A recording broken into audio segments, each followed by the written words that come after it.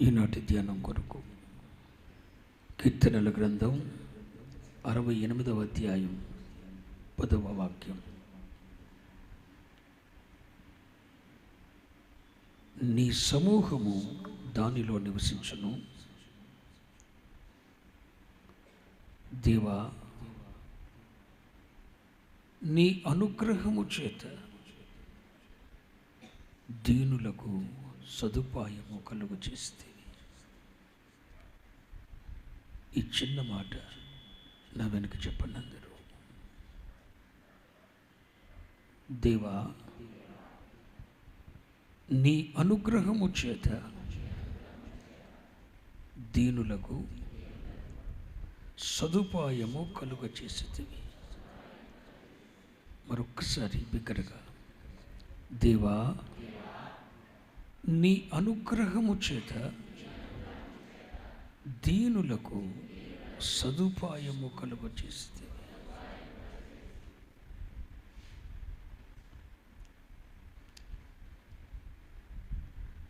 ఈరోజు నేను మీ ఎదుట ఏ మాటలు ఉంచాలని ప్రార్థించినప్పుడు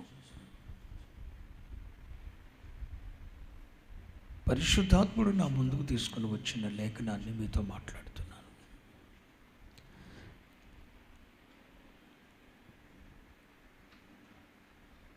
ఈ వచనాన్ని మనం ధ్యానిస్తే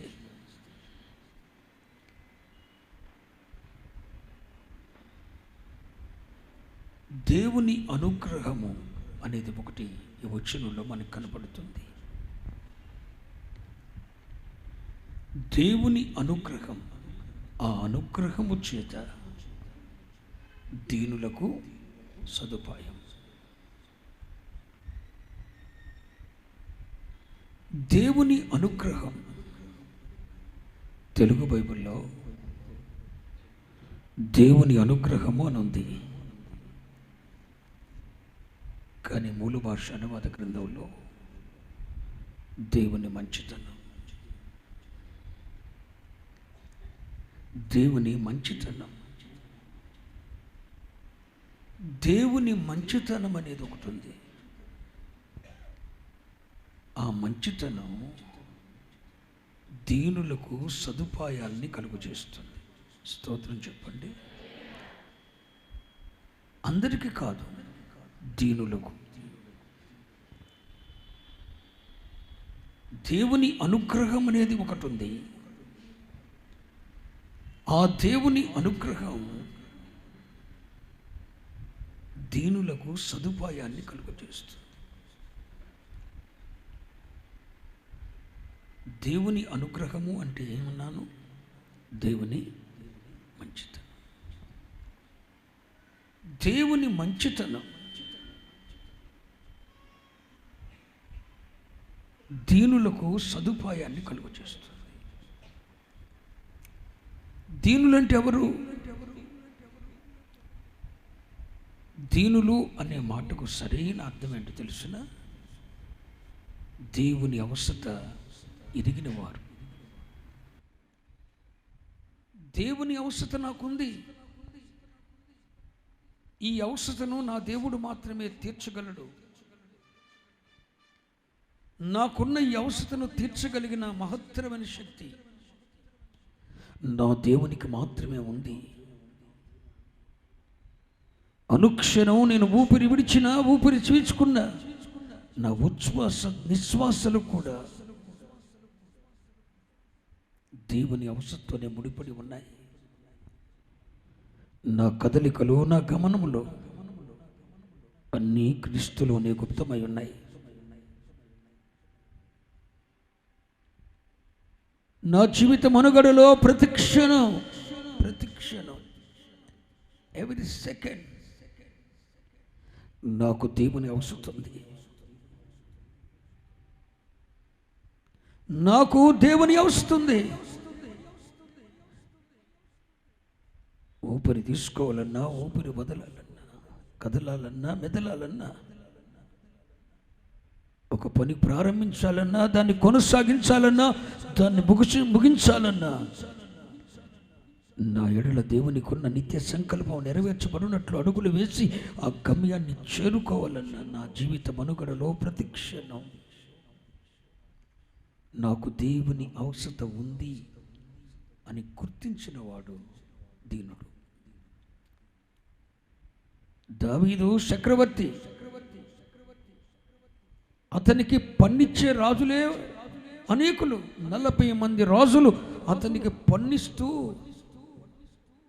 అతని రాజ్య పరిపాలనలో రాజులుగా సెలమనైపోతున్నారు. అలాంటి చక్రవర్తి,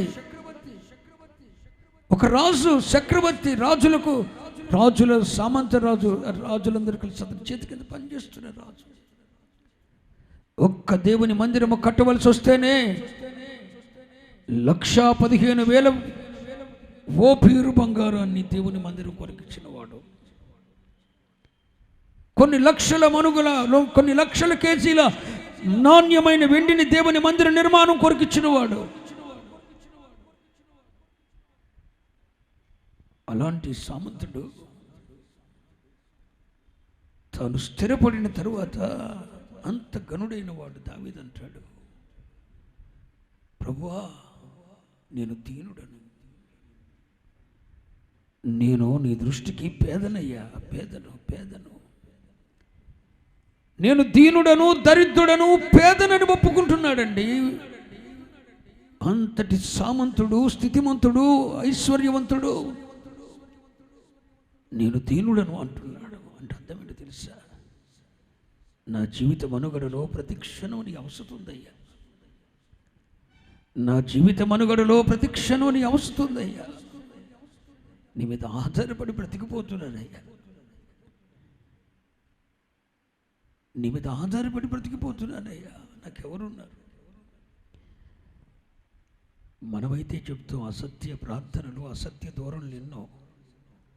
ఆకాశమందు నువ్వు తప్ప నాకెవరున్నారు అంటాం. వట్టిదే పెదవుల మాట.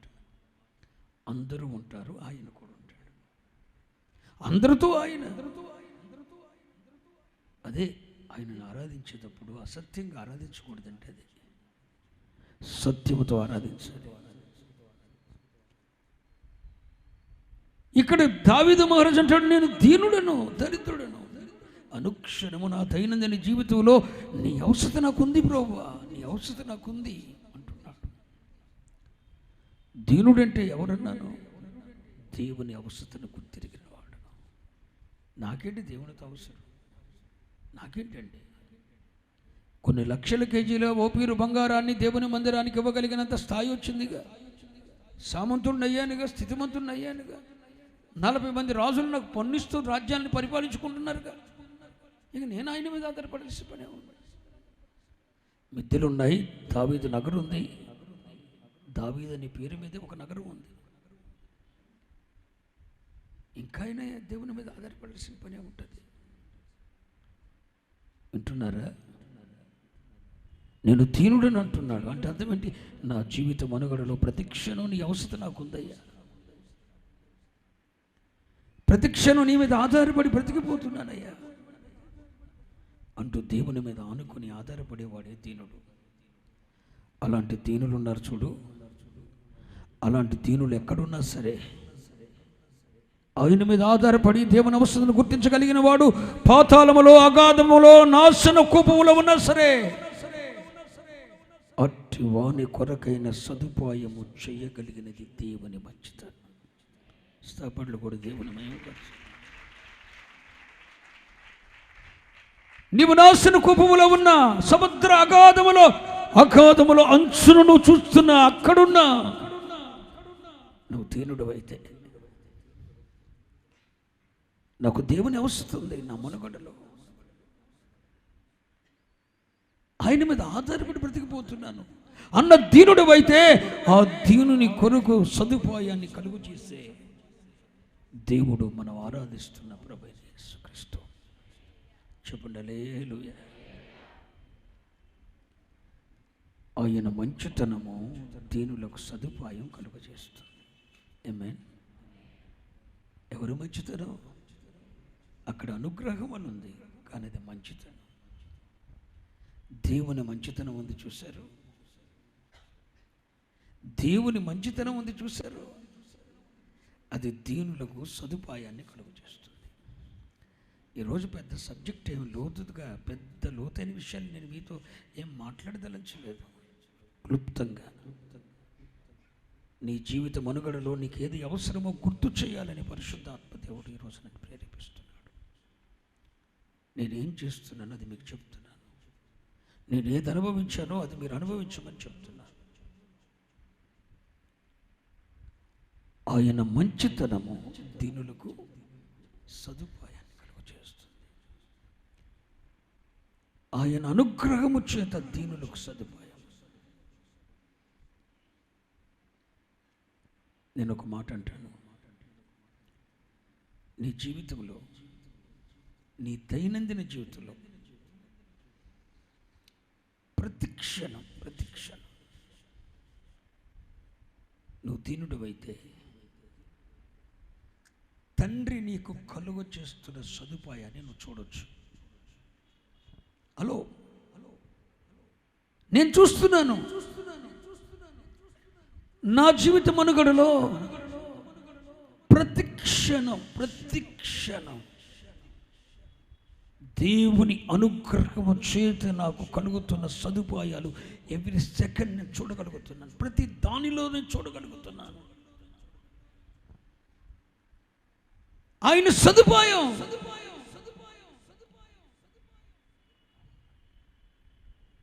ప్రతి క్షణం చూడొచ్చండి. దేవుడు నా కొరకు ఏం చేశాడు? ఆయన నన్ను ఉద్ధరించాడని నువ్వు అనుకుంటున్నావేమో.